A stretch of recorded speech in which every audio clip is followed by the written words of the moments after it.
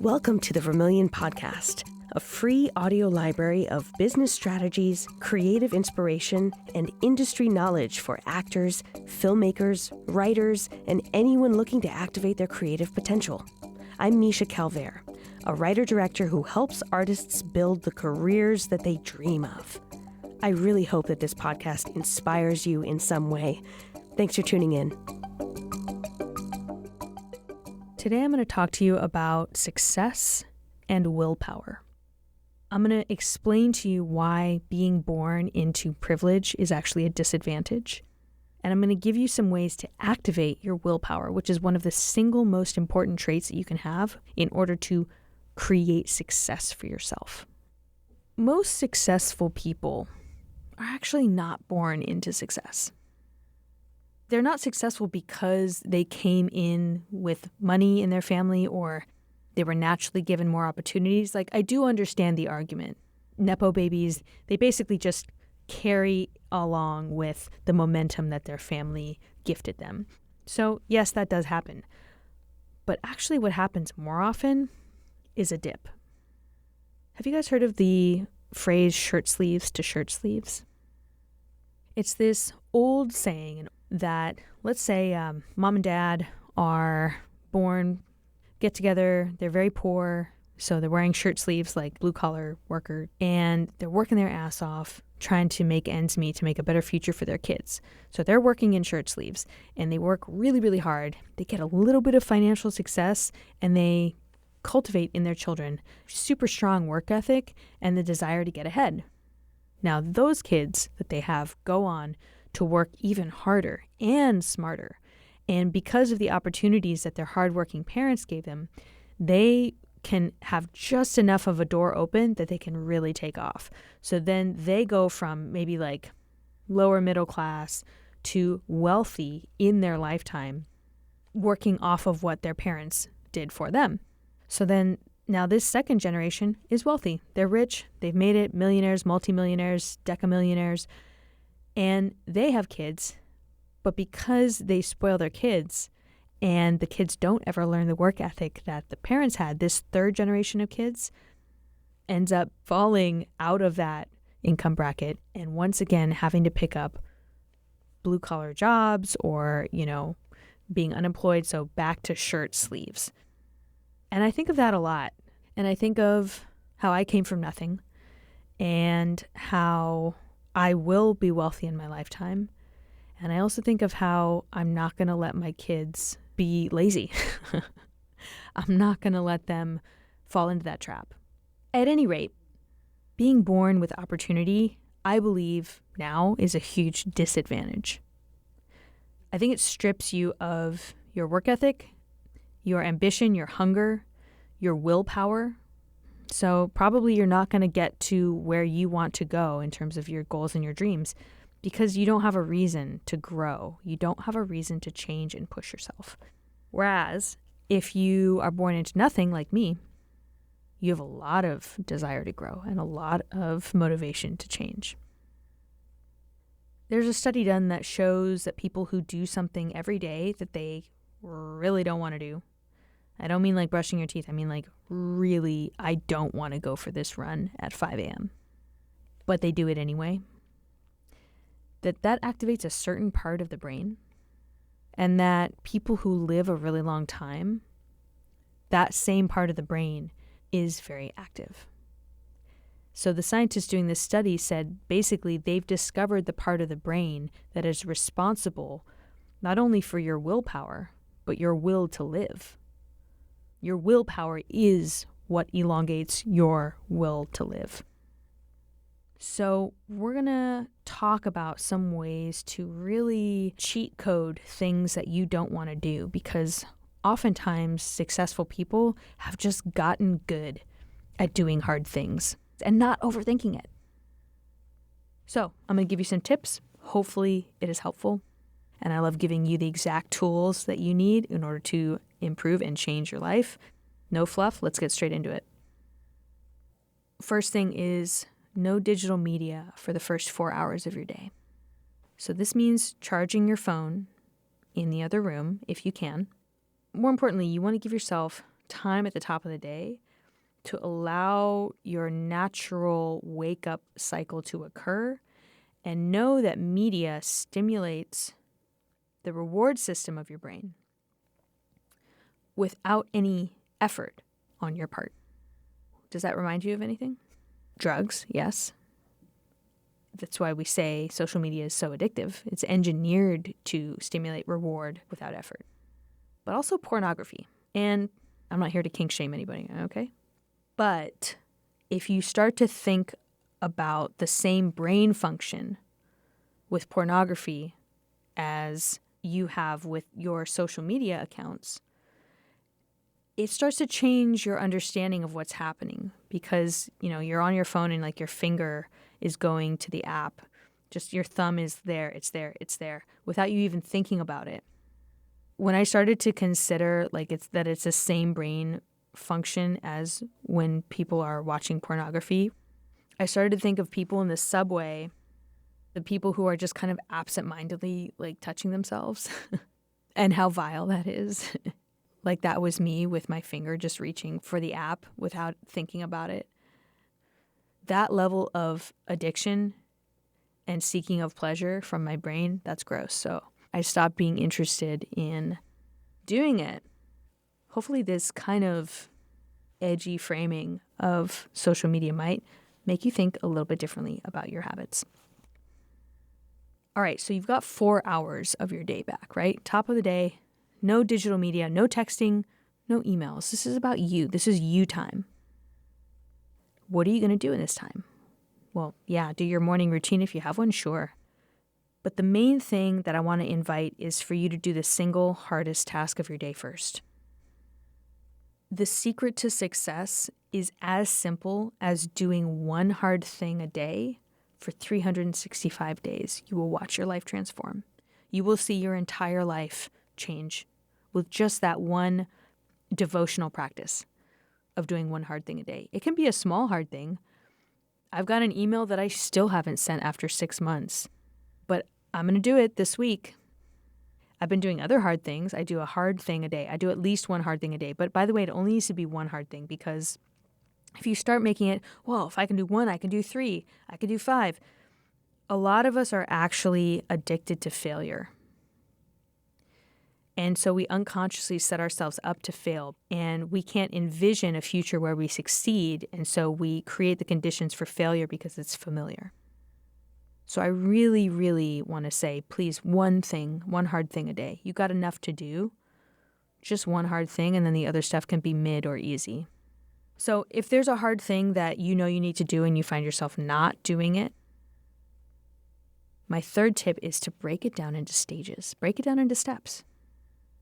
Because the overwhelm is usually a sign that it's not stepified yet. Pause the podcast and make some notes right now on what the individual stages of the hard thing are so that you can do one step at a time on whatever hard thing is on your list. Maybe even one step a day.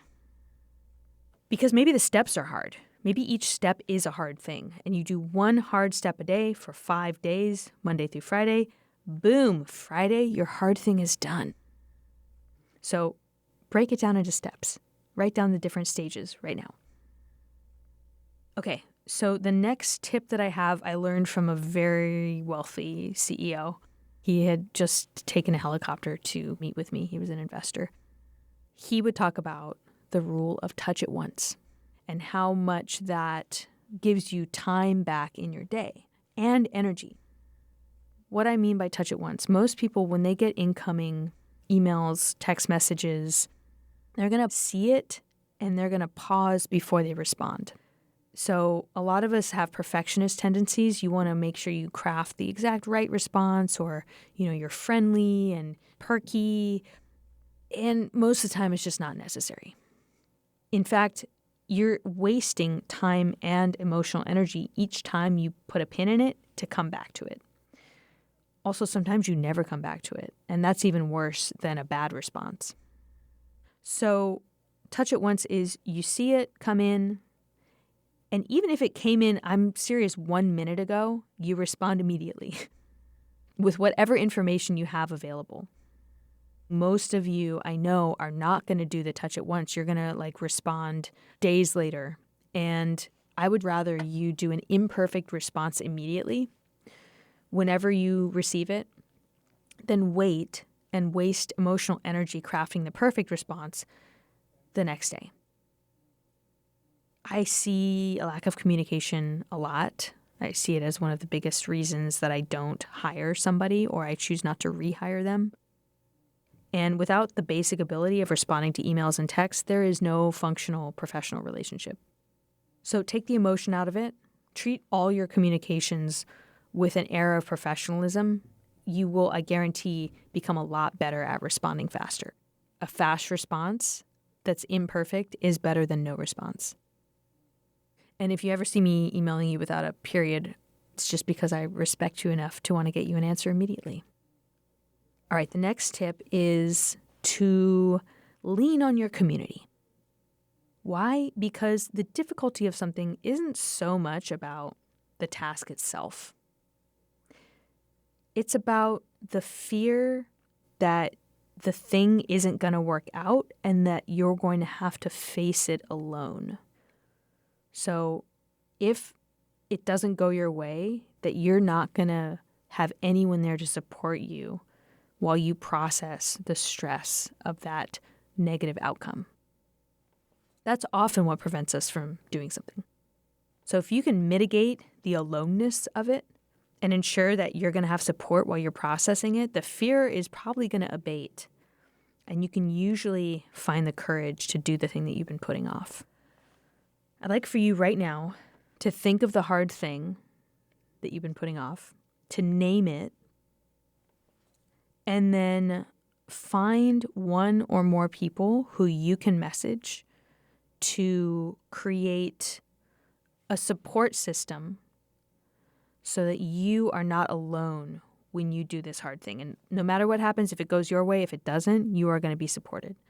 So if you want, you can pause the podcast right now and text those people and ask them for support around this one thing. All right. The next tip that I have: set yourself up the day before or the night before. Successful people are often successful just because they've completed the pre-steps. So they have an environment which perfectly sets them up to achieve whatever they're going to set out to achieve. They're motivated to do the thing that they want to do because the environment is prepared them for it.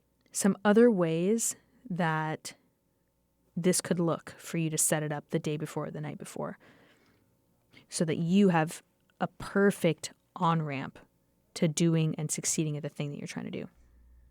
Could be getting 8 hours of sleep, not being hungover, making amends with someone really close to you, like a partner or best friend. Maybe that's hanging over your head. Feeding yourself good, healthy food. Making sure you're getting enough water. Exercising regularly so you have energy and inspiration in your body and that your brain is working well.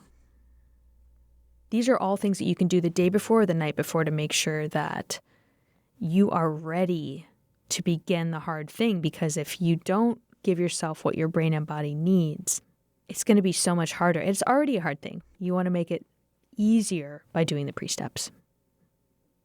Okay, the final tip that I have is to prioritize imperfect effort over perfect result. What do I mean by that? So a lot of us, when we think about a task, we decide that if we succeed at the task or not, that's going to be based on the results. So a lot of us, when we set out to do something, we are gauging the success of that thing based on the result that it gives us. Like, did it work or not? And I want to invite you to think of it as, did I do the best that I possibly could or not? If you start to attach your value to, did I do the best I possibly could, that's not only going to make you more likely to start the thing, because then you're not worrying about whether it's going to succeed or fail, but you're probably going to be more likely to succeed anyway. When you're results focused, you're focused on external circumstances. And, well, first of all, that creates anxiety. You can't control unknown factors coming in and derailing your best efforts. You can't control other people. So trying to control whether a result happens or not is going to create anxiety. Also, if you are marrying the idea of doing something with the idea of doing it perfectly, and that's the only way that doing this thing is going to be worth it or valuable, you're probably going to carry a seed of failure with you into the task, because perfection isn't possible, and we know that. So aiming for perfection is going to be an exercise in failure. We're going to know that. So we're going to subconsciously have already realized that in some way we're going to fail at this by aiming for perfection. And we're bringing the seed of that failure into the task. That doesn't sound like a recipe for success. And as mentioned, a lot of us are addicted to failure. It's the most comfortable place for us to live. It's also, if failure is guaranteed, then we are not at fault for failing. Whoa. So a lot of times we will take on more than we should because we know that it's going to lead to failure. And so if failure is baked in at the top of things, then how could we possibly be faulted for failure? Because it is part of the entire equation from the moment we begin. Now, obviously, this is not a good way to succeed. Release result and instead embrace what you can control, which is your own ability to put foot on gas, clean up the quality of your energy and the quantity of your effort, and not worry about the outcome. That will lead you, instead of being anxious, it will lead you in with calm confidence. And failure is no longer possible because the measure of your success is your own relationship to the task. Okay, I'm going to leave you with a couple of questions to think about. What's one thing that you really, really need to do that you really, really don't want to do? Write it down. If it's a really big thing, try breaking it down into stages. Stepify it. If it's small, pre-step it so that you're set up the day before or the night before in order to blaze through it the next day. And finally, break off into an accountability partner with somebody. Support them. Give them the community and the encouragement that they need and ask for the same back for you. Find an accountability partner for the thing that is hard to do that you've been putting off. And watch and see if it doesn't transform your results. Okay. I've really enjoyed connecting with you about this. I hope that it helps. Gosh, the world is hard enough, and any support that I can give, I'm so grateful and honored to give it. I hope that you have a great rest of your week, and I will see you next week. The Vermilion Podcast is sponsored by Vermilion, a home for artists. We offer classes, coaching, and community for creatives and innovators in the arts. If you're ready to find your voice and build the life of your dreams, we're here to support you every step of the way. Check out clubvermilion.com and schedule a free call today.